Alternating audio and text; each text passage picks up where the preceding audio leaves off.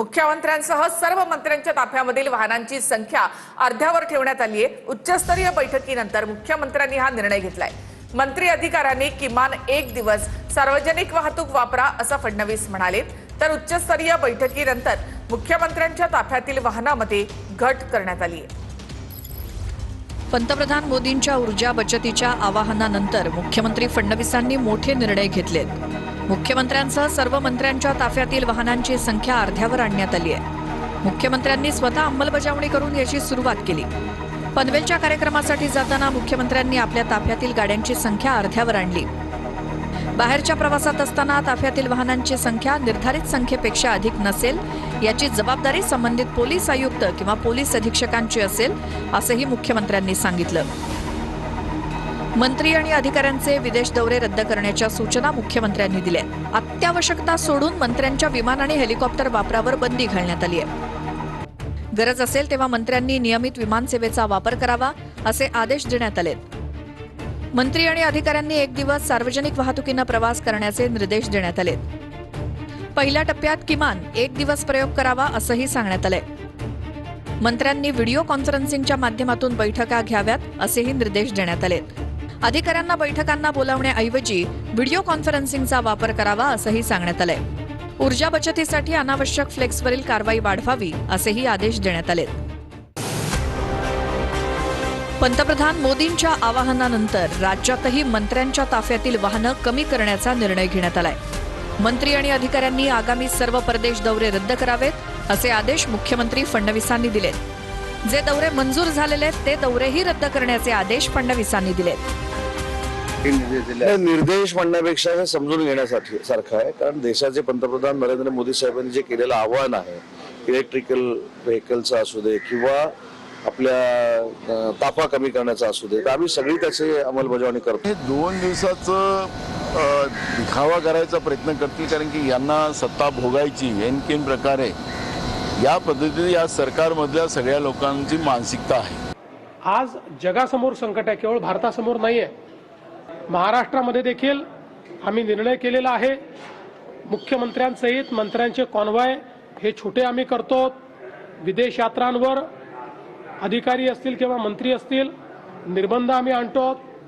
ज्या ज्या गोष्टींमध्ये परकीय चलन खर्च होतं त्या गोष्टींची खपत कशी कमी करता येईल याचा प्रयत्न आम्ही करतो। मोदींच्या आवाहनानंतर उपमुख्यमंत्री शिंदेंनीही आपला ताफा कमी केलाय आणि इलेक्ट्रिक गाडीनं प्रवास केला। राजकारण कधी करावं, कुठं करावं हे विपक्ष आणि विरोधी पक्षाने ठरवलं पाहिजे। खरं म्हणजे राजकारण करायच्या खूप वेगवेगळ्या प्रसंग असतात, वेगवेगळ्या संधी असतात, परंतु राजकारण अशा परिस्थितीमध्ये विरोधकांनी करता कामा नये। वाटतं खाजगी विमान वापरणं पण बंद करा। हेलिकॉप्टरने गावाला जातात दर आठवड्याला 15 दिवसाला त्यांच्या साताऱ्यातला, ते बंद करा, तर खऱ्या अर्थानं आम्ही तुम्हाला मानू। पेट्रोल डिझेल संकटाच्या पार्श्वभूमीवर पंतप्रधान मोदींनी स्वतःच्या ताफ्यातील वाहनांची संख्या कमी केली। पंतप्रधान मोदींपाठोपाठ केंद्रीय गृहमंत्री अमित शहांनीही आपला ताफा निम्म्याहून अधिक कमी केला। वडोदरा आणि आसाममध्ये हिमंता बिस्वा शर्मा यांच्या शपथविधीसाठी गेलेल्या गुवाहाटी दौऱ्यात पंतप्रधानांच्या ताफ्यात ही कपात दिसून आली। मोदींच्या इंधन बचतीच्या आवाहनानंतर आता जितेंद्र आव्हाड यांनी काल घोड्यावर बसून आंदोलन केलं।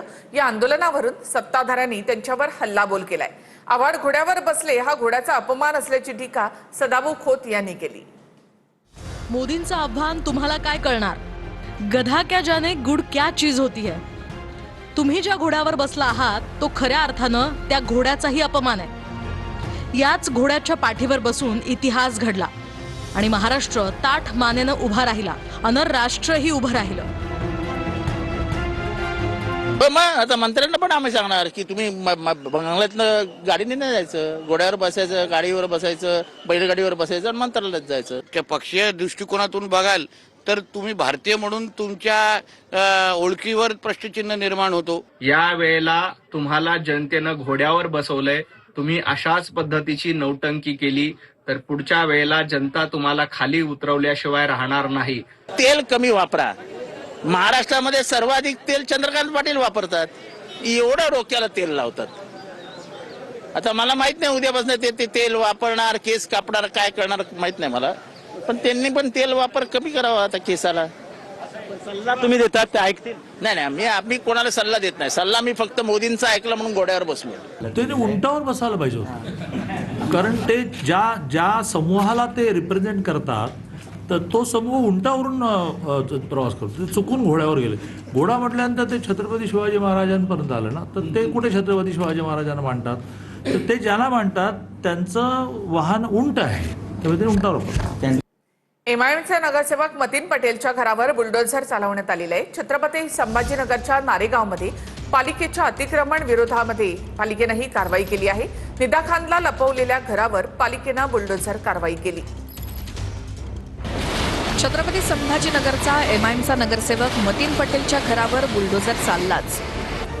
याच घरात मतीन पटेलनं नाशिकच्या धर्मांतरण लैंगिक शोषणातील आरोपी निदा खानला लपवून ठेवलं. मात्र हे घर अनधिकृत असल्याचं समोर येताच महापालिकेनं तात्काळ कारवाईचा बडगा उगारला आणि घर भुईसपाट केलं. ते घर पुन्हा बांधण्याची जबाबदारी आम्ही घेणार. ज्यांच्याकडे 10 रुपये आहे तर 10 रुपये कॉन्ट्रीब्यूट करतील. कारण सरकारला आम्हाला एक मेसेज द्यायचा आहे की तुम्ही या गुंडागर्दी करून एक घर पाडू शकता. घर बांधण्याची ताकद हिम्मत आमच्यामध्ये आहे. एवढी मस्ती तुझ्यात कसली? अर्बन टेररिस्ट आहेस तू. तो तुझा जो टोपीवाला दाढीवाला आहे ना, तो निजाम, त्यालाही सांग हा महाराष्ट्र आहे, मस्ती चालणार नाही. मतीन पटेलचंच नाही, तुझं बी घर इलिगल आहे. त्याची सुद्धा चौकशी करायला मी आयुक्ताला सांगणार आहे. तपासायचे परमिशन. हा नाकाने कांदे सोलतोय ना, याची परमिशन एकदा तपासा. परमिशन प्रमाण त्याचं बांधकाम आहे की नाही तपासा. नसेल तर तोडा त्याचं बांधकाम. मला माहित आहे खूप ऊन आहे, थोडा स्वतःला आपल्याला आवरा. आणि खूप ऊन आहे म्हणून मी आपल्याला सल्ला देतो, देसी घेत असेल म्हणून अशा प्रकारचे जे बडबड जे सुरू आहे ना तुमची, याच्या बाबतीत काहीतरी फक्त मी तुम्हाला हेच सल्ला देऊ शकतो की थोडा स्वतःला आवरा. आपण 40% इलिगल कन्स्ट्रक्शन, त्याच्यामध्ये अनेक किती असे घरं आहे जे भारतीय जनता पार्टीचे निवडून आलेले कॉर्पोरेटर्सचे आहे. हे डॉक्युमेंट्स आहे आमच्याकडे. मार्चचा ऑर्डर आहे तुमचा. मग का करण्यात येत नाही याच्यावर कारवाई? की फक्त तुमची सरकार आहे? मतीन पटेलनं घर वाचवण्यासाठी कोर्टात धाव घेतली होती. घरावरती बुलडोझर चालण्याआधी मतीन पटेलची पत्नी आणि नातेवाईकांनी गांधीगिरीप्रमाणे आंदोलन केलं. महापालिकेच्या आयुक्तांना हार घालण्याचा प्रयत्न करत मतीन पटेलच्या पत्नीनं संविधानाची प्रत भेट दिली. जिहाद करणार तर देवाभाऊचा बुलडोझर चालणार असं नितेश राणे म्हणाले. देवाभाऊचं सरकार आहे आणि देवाभाऊचं बुलडोझर, तुम्ही महाराष्ट्रात अगर जिहाद करत असाल तर देवाभाऊचं बुलडोझर चालणारच. उच्चस्तरीय बैठकीनंतर मुख्यमंत्र्यांच्या ताफ्यामधील वाहनांमध्ये सुद्धा घट करण्यात आली आहे. त्याचबरोबर VC द्वारे काही बैठका घ्या असे आदेश देखील मुख्यमंत्र्यांकडून देण्यात आलेले आहेत. पंतप्रधान नरेंद्र मोदी यांच्या आवाहनानंतर आता अधिकारी मंत्री यांच्या ताफ्यातील वाहनांमध्ये सुद्धा घट करण्यात आली आहे. अर्धा ताफा घेऊनच मुख्यमंत्री त्यानंतर पनवेलच्या कार्यक्रमासाठी दाखल झाली आहे. पंतप्रधान नरेंद्र मोदी यांच्या पेट्रोल डिझेल बचतीच्या आवाहनानंतर मुख्यमंत्र्यांनी आपला ताफा देखील स्वतःहून कमी केला आहे. मुख्यमंत्री, उपमुख्यमंत्री आणि इतर मंत्री यांच्या ताफ्यामध्ये सुद्धा आता घट करण्यात आली आहे. उच्चस्तरीय बैठकीनंतर मुख्यमंत्र्यांच्या ताफ्यातील वाहनांमध्ये घट करण्यात आली. 2008च्या रेल्वे भरती आंदोलन प्रकरणामध्ये ठाणे न्यायालयामध्ये महत्त्वाची सुनावणी पार पडली. आंदोलनाच्या दरम्यान कोणतीही मारहाण झाली नाही आणि मी स्वतः त्यावेळी कामाच्या निमित्तानं नाशिकला होतो अशी साक्ष राज ठाकरे यांनी न्यायालयामध्ये नोंदवली आहे. या प्रकरणाची पुढील सुनावणी आता 18 मेला होणार आहे. 2008 सालच्या उत्तर भारतीय मारहाण प्रकरणामध्ये राज ठाकरेंनी आपल्यावरचे आरोप फेटाळले आहेत. न्यायालयामध्ये राज ठाकरेंचा जबाब नोंदवण्यात आला. यावेळी राज ठाकरेंनी या गुन्ह्याशी माझा काहीही संबंध नाही असं म्हटलंय. ठाणे कोर्टानं राज ठाकरेंना 18 मेची तारीख दिली. 18 मे रोजी राज ठाकरेंना हजर राहण्याची गरज नाही असं त्यांच्या वकिलांकडून सांगण्यात आलंय. या प्रकरणामधील इतर 6 आरोपी सुद्धा ठाणे कोर्टामध्ये हजर होते. 2008च्या रेल्वे भरती दरम्यान कल्याण स्थानकावर उत्तर भारतीय उमेदवारांना मनसे कार्यकर्त्यांनी मारहाण केली होती. या आंदोलनामध्ये रेल्वेचं देखील मोठं नुकसान झाल्याचा आरोप आहे. राज ठाकरे यांच्यावर या आंदोलनामध्ये हिंसाचाराला प्रोत्साहन दिल्याचा आरोप आहे. सुनील तटकरे यांनी आज शरद पवार यांची भेट घेतली, त्यामुळे राजकीय चर्चांना उधाण आलेलं आहे. दरम्यान तटकरे आणि पटेलांसह त्यांचे 22 आमदार भाजपमधून लढणार असा दावा रोहित पवारांनी केलाय. तर शिंदेच्या शिवसेनेमधील सुद्धा काही आमदार भाजपमधून लढणार असंही रोहित पवार म्हणाले. राष्ट्रवादीचे प्रदेशाध्यक्ष आणि खासदार सुनील तटकरे यांनी सोमवारी रात्री शरद पवार यांची भेट घेतल्यानं राजकीय वर्तुळात चर्चांना उधाण आलं. मात्र पवारांसोबतची भेट केवळ तब्येतीची विचारपूस करण्यासाठी होती असं तटकरे यांनी स्पष्ट केलं. तब्येतीची विचारपूस करणं, सदिच्छा भेट देणं ही संस्कृती आहे. तेवढंच कारण त्याच्या पाठीमागे होतं. कुठलंही राजकीय कारण त्या भेटीच्या पाठीमागचा नाही. मला असं वाटतं की ज्या पद्धतीने आता चर्चा ह्या रंगतायत किंवा रंगवल्या जात आहेत याला काही एक प्रकारचा अर्थ नाही.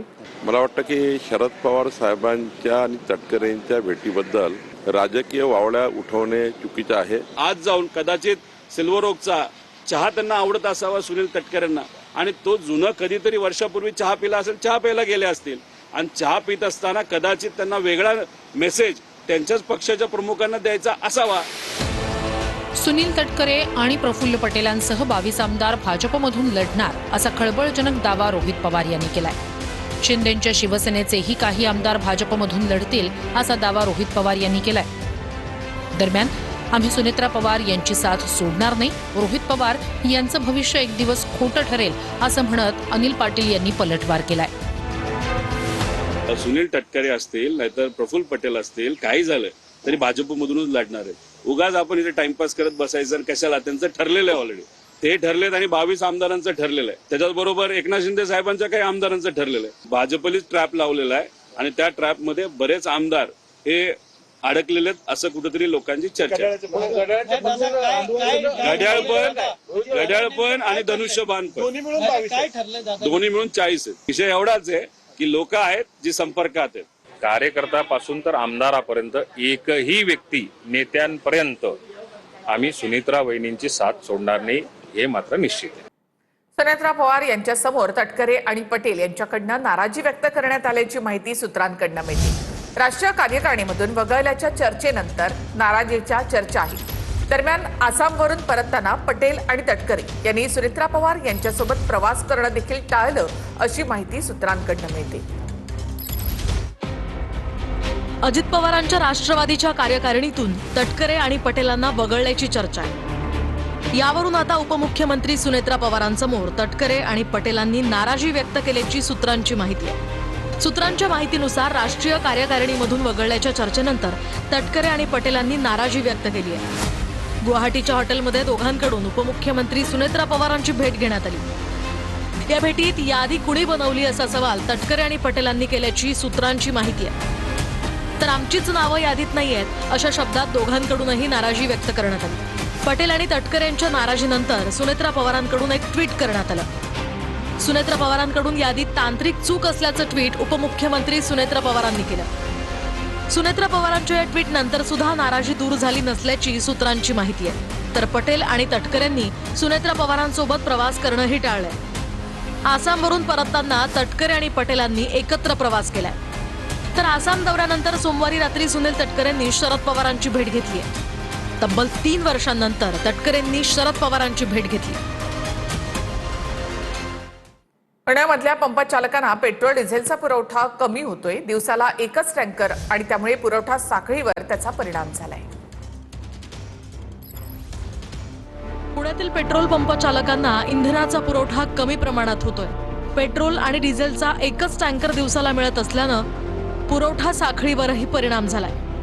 यासह इंधन टंचाई निर्माण होण्याची शक्यता निर्माण झाली आहे. पंतप्रधान नरेंद्र मोदींनी पेट्रोल बचतीचा सल्ला दिल्यानंतर नागरिकांनी आता संमिश्र प्रतिक्रिया दिल्या. आवश्यकता तेवढे तो वापरायला लागेल, बाकी जेवढे शक्यता जे टाळता येईल तेवढं करायचं आपण. लोकांचं कसं काय भागत, लोकांचं कसं होईल? मोदींना असं बोलायला नाही पाहिजे. आता त्याला म्हणजे मस्त म्हणतात की तुम्ही गाड्या कमी वापरा, पण नाही होऊ शकणार. हे असंच चालू राहणार, वापरावंच लागणार. ते आता त्यांनी जाहीर केलेलं आहे, पण या प्रॅक्टिकली सगळ्याच बाबतीत शक्य होणार नाहीयेत या गोष्टी. लोकांना डिझेल पेट्रोल वापरावंच लागणार ना. फक्त कमी वापरतील, थोडे दिवस लोक विचार करतील बाबा आपण हे करायला पाहिजे म्हणून, पण ते रोज रोज शक्य नाही होणार. 4-6 दिवस शक्य होईल, 7व्या दिवशी परत त्यांना ते रेग्युलर वापरावंच लागणार आहे. सोन्या चांदीच्या दरामध्ये मोठी दरवाढ झाली आहे. केंद्र सरकारने आयात शुल्कामध्ये 6% थेट 15% वाढ केली. त्यामुळे सोन्याचे दर प्रतितोळा तब्बल 9,000 वधारले आहे. सोनं चांदीवरील आयात शुल्क 6 वरून 15% इतकं वाढवण्यात आलंय. यामुळे एक तोळं सोनं 9,000 रुपयांनी महागलंय. नवे दर आजपासूनच लागू झालेत. पंतप्रधान मोदी यांनी वर्षभर सोनं चांदी खरेदी करू नका असं आवाहन केल्यानंतर लगेचच नवी दरवाढ लागू झाली. भारत प्रत्येक वर्षी 7 लाख कोटींचं सोनं आयात करतो. हे सोनं डॉलरमध्ये खरेदी केलं जातं. देशात दरवर्षी साधारणपणे 600 ते 800 टनापर्यंत सोन्याची मागणी असते. 2025 मध्ये ही मागणी सुमारे 710.9 टन राहिली. मात्र 2026च्या पहिल्या तिमाहीत सोन्याची मागणी घटून केवळ 151 टनांवर आली. जर भारतीयांनी 1 वर्षासाठी सोनं खरेदी कमी केली किंवा बंद केली तर याचा देशाच्या अर्थव्यवस्थेवर मोठा परिणाम होऊ शकतो.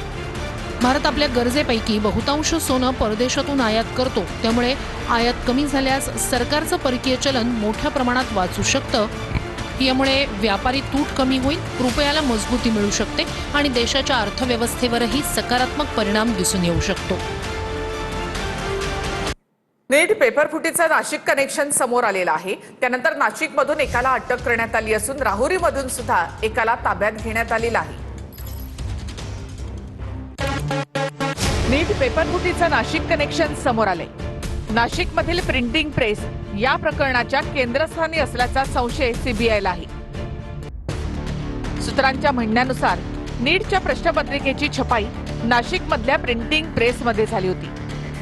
शुभम खैरनार नावाची व्यक्ती या छपाई प्रक्रियेमध्ये सहभागी होती. खैरनारने आपल्या अंतर्गत ओळखीचा गैरफायदा घेऊन प्रश्नपत्रिकांच्या प्रती मिळवल्या आणि पेपरफुटीचं जाळं सक्रिय झालं. आरोपींनी खरी प्रश्नपत्रिका थेट विकण्याऐवजी त्यावर अंदाजाची प्रश्नपत्रिका असं लेबल लावलं. प्रश्नपत्रिका फुटल्यानंतर पहिला सौदा पुण्यामध्ये झाला. पुण्यामधल्या दलालांचं जाळं सक्रिय झालं आणि विविध राज्यांमध्ये प्रश्नपत्रिका वितरित करण्याचं काम सुरू झालं. तपास यंत्रणांच्या मते हा पेपर सर्वप्रथम राजस्थानमधल्या वैद्यकीय कोचिंगचे प्रमुख केंद्र असलेल्या सिकरमध्ये पोहोचला.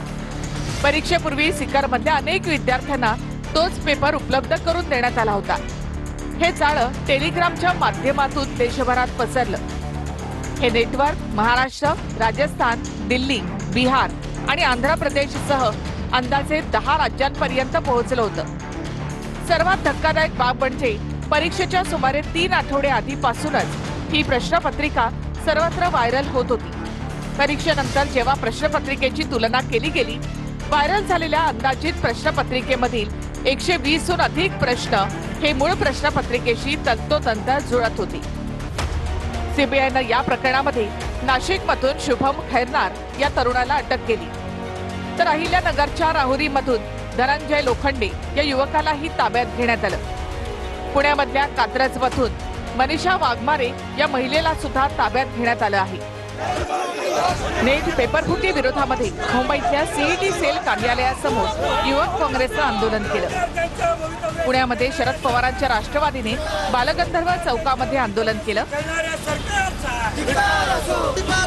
तर नागपुरात बडकत चौकामध्ये युवक काँग्रेसनं आंदोलन करत याचा निषेध नोंदवलाय. तर विदर्भासह राज्यामध्ये पुढील 4 ते 5 दिवस उष्णतेची लाट येणार असल्याची शक्यता वर्तवण्यात आली आहे. अकोल्यामध्ये सर्वाधिक 45.6°C तापमानाची नोंद झाली. 1889 नंतर प्रथमच पुण्याचं तापमान 44 अंशांवर पोहोचलंय. जळगावच्या ममुराबादमध्ये 45.5 अंश इतक्या तापमानाची नोंद करण्यात आली आहे. जळगावच्या तापमानात गेल्या 2 दिवसात 2.5 ते 3 अंशांनी वाढ झाली आहे. उष्णतेच्या झळा आणि प्रचंड उकाड्यामुळे नागरिक हैराण झाले आहेत. उष्णतेचा फटका जळगावमधल्या पूर्णा नदीच्या पाणी पातळीला बसत चाललाय. पूर्णा नदीच्या पाणी पातळीमध्ये साधारणतः 20 ते 30% घट झाली असल्याचं चित्र आहे. वर्धा जिल्ह्यात देखील 44.2 अंश इतक्या तापमानाची नोंद झाली आहे.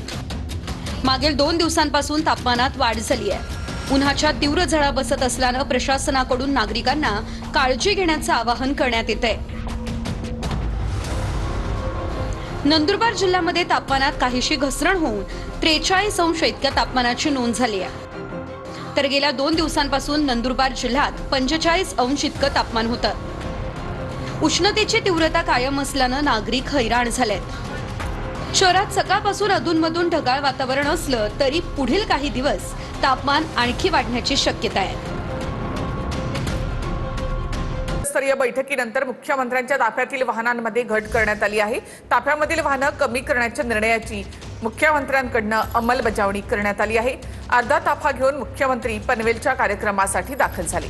फडणवीस यांच्या ताफ्यामध्ये अवघ्या 4 गाड्या होत्या. पंतप्रधान नरेंद्र मोदी यांनी काही दिवसांपूर्वी आवाहन केलं होते की भाजपच्या मंत्र्यांनी किंवा मुख्यमंत्री असतील यांनी जो स्वतःचा कॉन्वा असतो किंवा ताफा असतो त्यातील जी वाहनं ती कमी करावी. त्यानंतर आज मुख्यमंत्री राज्याचे देवेंद्र फडणवीस हे सध्या माजी खासदार रामशेठ ठाकूर यांच्या वाढदिवसानिमित्त नवी मुंबईतील उल्वे या ठिकाणी आलेले आहेत आणि आपण पाहतो की हा दृश्यामध्ये पाहायला मिळतो हा त्यांचा कॉन्वा आहे. खरं तर काही दिवसापूर्वी हा कॉन्वामध्ये वाढ होती, मात्र पंतप्रधान यांच्या आव्हानानंतर आपण पाहतो की फक्त चारच ज्या गाड्या आहेत त्या घेऊन ते सध्या आलेल्या आहेत. आपण पाहतो की दृश्यामध्ये ज्या व्हाईट फॉर्च्यून दिसतात अशा प्रकारे फक्त चारच आपली वाहने ते सध्या या ठिकाणी घेऊन आलेले आहेत. खरं तर माजी खासदार रामशेठ ठाकूर यांचा आज वाढदिवसानिमित्त अभिष्ट चिंतन सोहळा आहे, त्यानिमित्त या कार्यक्रमात उपस्थित राहिलेल्या आपण दृश्यामध्ये पाहतो की अवघ्या फक्त चारच ज्या गाड्या आहेत त्या सध्या देवेंद्र फडणवीस सध्या घेऊन आलेले आहेत. व्हिडिओ जर्नलिस्ट नरसिंगसह मी रवी खरात, TV9 मराठी, नवी मुंबई.